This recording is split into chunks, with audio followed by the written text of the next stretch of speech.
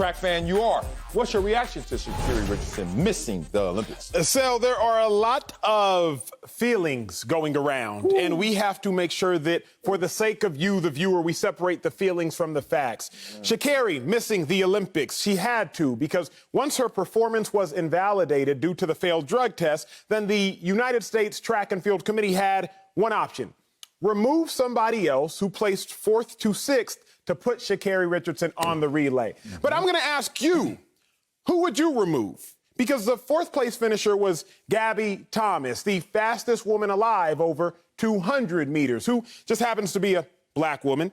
The 5th place finisher was English Gardner, who has the 8th fastest time ever through 100 meters and also has an Olympic gold medal in 2016, arguably the most decorated short sprinter currently running the short sprints, who also happens to be a black woman. Or the 6th place finisher, Aaliyah Hobbs, who graduated or at least attended LSU, like Sha'Carri attended LSU, and has the 3rd fastest time in America through 100 meters this year. She also happens to be a black woman. So we can't jump to make it about race, because in order to put Sha'Carri on the relay team, you would have to remove Sha'Carri. You would have to remove somebody else from the relay team, and I don't know who else you would remove. As a result, the USA Track and Field Committee did what they had to do and tried to maintain fairness, at least for the other athletes involved. Yeah, totally correct there. How do I feel? This is a mixed emotional bag for me, because I feel for her because of just what's happened, not just in the last couple of weeks from the Olympic trials, but the highs and lows. When you talk about that disparity, that's when you really have issue in life. It's what they say, it's better not to have than to have and lost. She had it and she lost it. Now, she didn't really lose it. She kind of took it from herself, which is a little different than someone stealing it from you.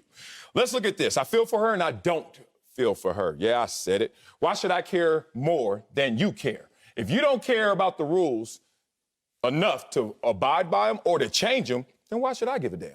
So I'm just going to keep it like this. She lost in 2 lanes to me. Lane 1, punishment, 1 month off. Now, that excludes her from the 100, but still keeps her in the 4x100. You lost in lane 2 as well. Policy, procedural. This is what happened.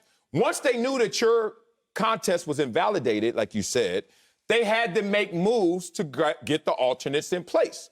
Invalidated in the 100.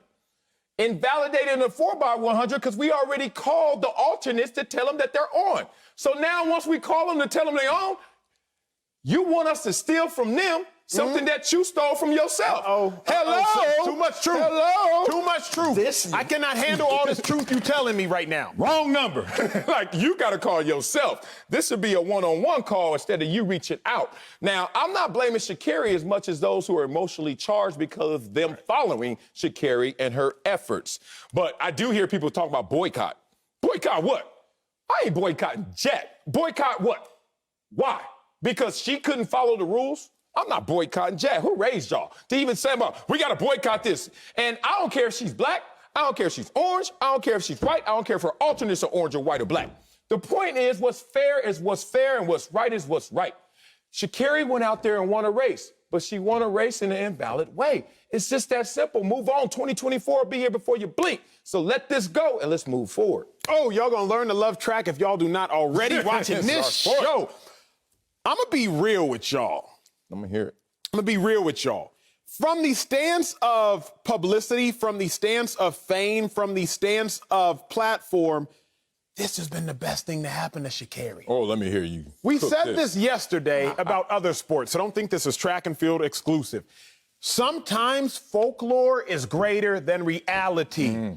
Marcellus and I were always saying, we always imagine if Barry Sanders would have been behind the Cowboys offensive line that Emmitt Smith was behind, he might have rushed for 20,000 yards. Or he might not. Maybe he would have had to hit the holes too fast, wouldn't have been able to dance as much, and maybe he wouldn't have had a successful career. What would that be? We don't know. Yeah. Man, if Sha'Carri were to go to the Olympics, she was going to bring back the gold. Or maybe not. Because there was a woman, Elaine Thompson, who just ran in Jamaica, who ran a 10:71 just yesterday. Faster than anything Sha'Carri's ever run. And Elaine Thompson's not the best Jamaican. Because there's a woman in Jamaica, Shelly Ann Fraser-Price, who ran 10:63 just 2 weeks ago. better than Sha'Carri's ever run.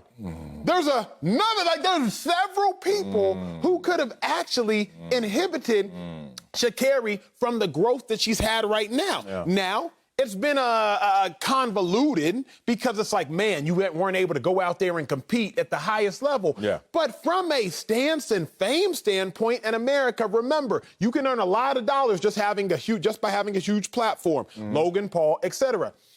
Sha'Carri had 300,000 followers 2 weeks ago before Olympic trials. How do I know? Because I was at Olympic trials. How do I know? Because I keep up with track and field as much, if not more, than anybody on TV.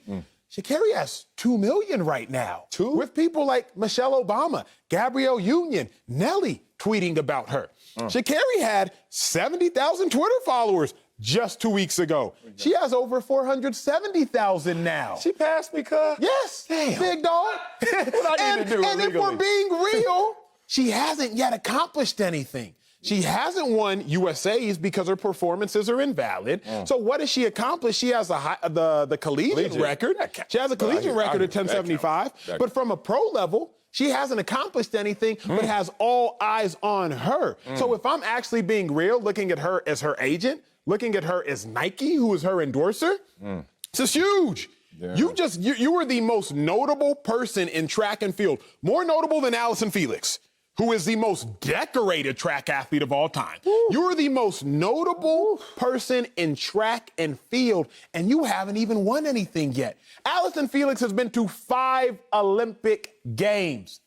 5 of them. Don't tell me. From age 18, Sal, you would know better than I because you grew up in these streets. I saw her From in high age school. 18 to now, I think Allison is age 34. Allison had a kid by C-section in like 2019 and just made the Olympic team again today. And we ain't talking about Allison Felix in all 12 or so of her medals, including several golds. We're talking about Sha'Carri. So if we're being real, Sha'Carri is not losing right now. She may not have the opportunity to win on the Olympic stage, but when it comes down to brand and brand building, which can be just as lucrative, she's not losing, nor does she have to go face these Jamaicans that about that action too. Oh, man, I got some jokes in there, but I'm going to let it be because I'm trying to be a little bit serious on this one. Am I lying, though? You ain't never lied. That's why I love our age difference, because you illuminate some elements that at times are overlooked because of just a generational gap. And you're right, like this platform building is a real thing. We talk track almost every segment, but it's always just us hijacking this segment or us ad-libbing or just going out there and trying to do it at libbing, not really doing it. Here's the problem. She's been a topic bar twice now in the last week. She never made this show before. So it's interesting to your point that how this is now entering the psyche of many people beyond just the track enthusiasts like us.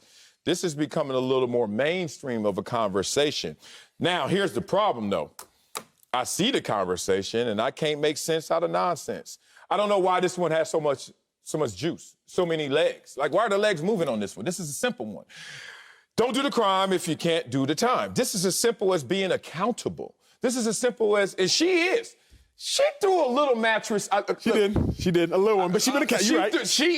Somebody told her, hey, let's go, trauma going on in your life. And then somebody said, don't do that because, be real, you started to smoke weed when? Because this is what happens if you try to go fully down that route. Oh, Sha'Carri, you smoke weed to deal with your trauma. When did you first start smoking weed?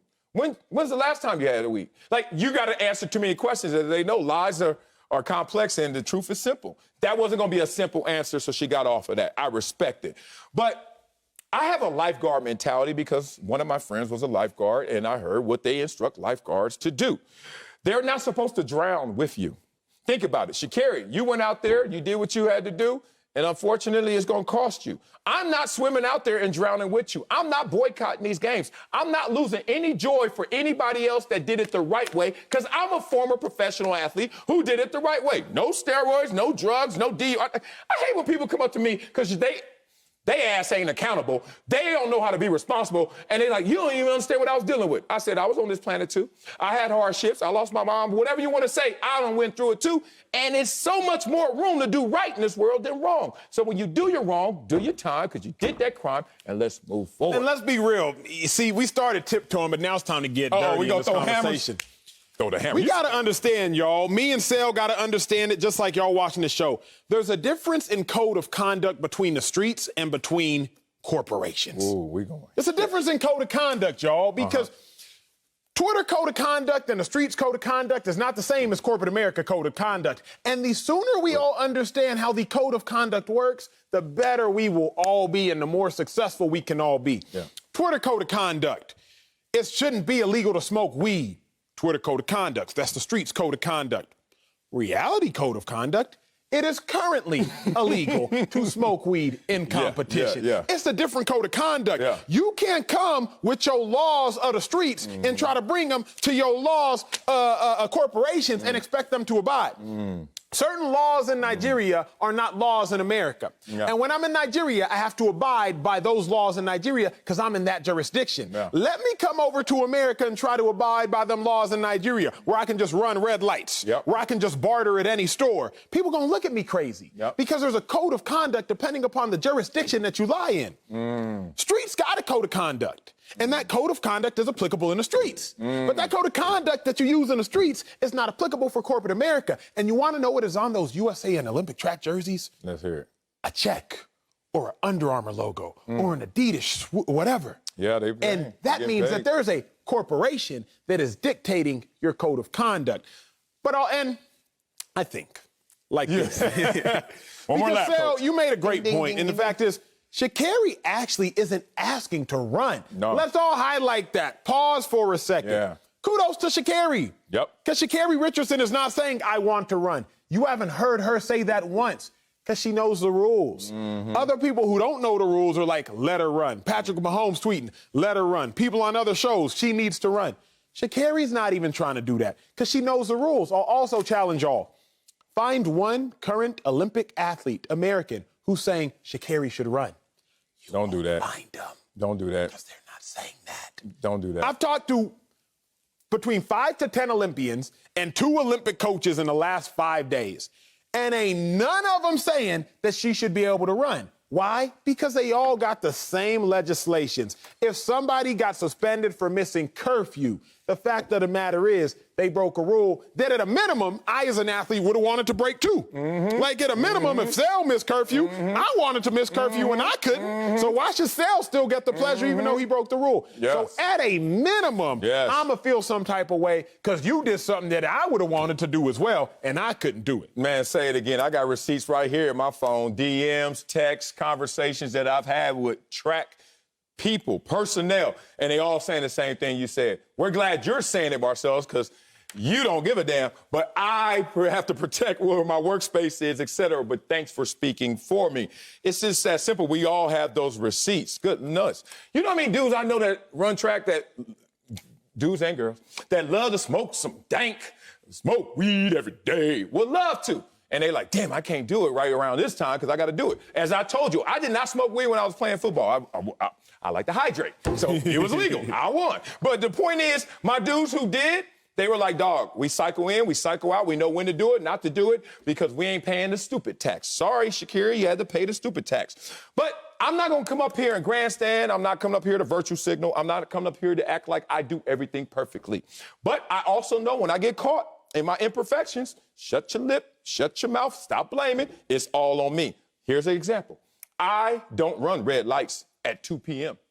I run them at 2 a.m. Trust me, try to see me at a red light at 2 a.m. You're going to see smoke because I am not stopping nowhere at 2 a.m. because what the hell you want to stop next to me for? Bruh. I grew up with that type of trouble. You can do the same thing. And if the police pull me over, I'm taking the ticket. Let me say this, big dog, because I knew you had another lap in you. I grew up in Texas, right? None like growing up in the city. When you in the backwoods of Texas, you know, in the country parts of Texas, though I grew up in Dallas, you got to go through the backwoods to get some places in East Texas. It's a bunch of dumb red lights. It's like, why is there a red light in the middle of country nowhere, Texas? And I'm driving home from East Texas to Austin or East Texas to Dallas at 5 a.m. and I see a red light.